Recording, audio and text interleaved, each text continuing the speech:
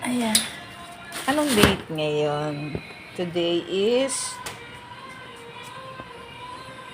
July 22, 2025. Ito yung aming bahay. Ayan. Ito yung terrace. Ayan. Kita naman at naulan pa.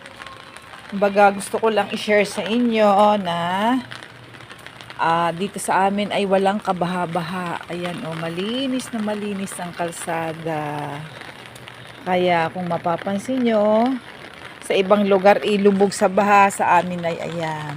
Kahit gaano kalakas ang bagyo, ganyan pa rin.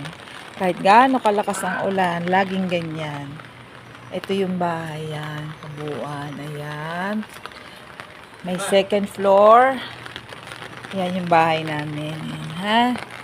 Dito, malapit po kami sa SM.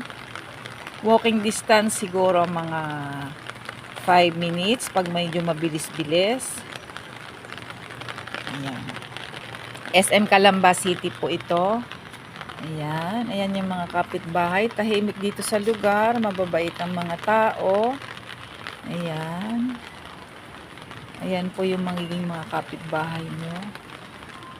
At sa panahon ngayon, kailangan pag bibili ka ng bahay, kailangan ayan, kasi sayang naman yung mga gamit pagka nabasa ng tubig.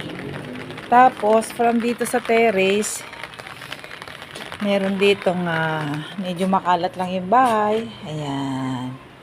Ayan yung ayan yung ibaba, may loft. Hindi ko mapakita kasi may kalat eh.